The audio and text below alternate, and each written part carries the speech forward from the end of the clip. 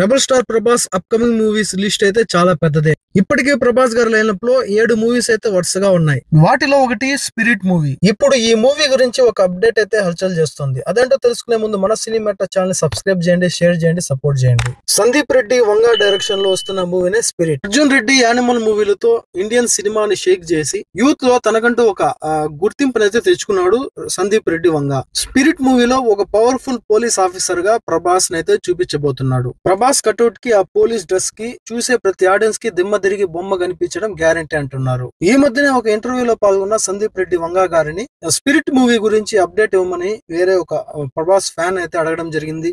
దానికి సంబంధించి సందీప్ రెడ్డి వంగా గారు అయితే ఈ సంక్రాంతికి ఖచ్చితంగా స్పిరిట్ మూవీ నుంచి ఒక భారీ అప్డేట్ అయితే రాబోతుందని చెప్పడం జరిగింది. అదేదో కాదు, ఈ మూవీకి సంబంధించిన టీజర్ సంక్రాంతికి రిలీజ్ చేయాలని చెప్పి ప్లాన్ అయితే చేస్తున్నారట. దాదాపు 1 నిమిషం పైనే ఉండే ఈ టీజర్ ప్రతి ఒక్కరిని ఇంప్రెస్ చేసే విధంగా ఉంటుందట. ఇంకొక విషయం ఏంటంటే ప్రభాస్ లాంటి పాన్ ఇండియా హీరోకి ఆ భారీ కటౌట్ కి ఈ స్పిరిట్ మూవీలో ఆపోజిట్ విలన్ గా వచ్చేసి డాన్లీ అని చెప్పేసి ఒక కొరియన్ విలన్ అయితే తీసుకొస్తున్నారని చెప్పి ఇన్ఫర్మేషన్ ఉంది. కన్ఫర్మ్ కూడా చేశారట.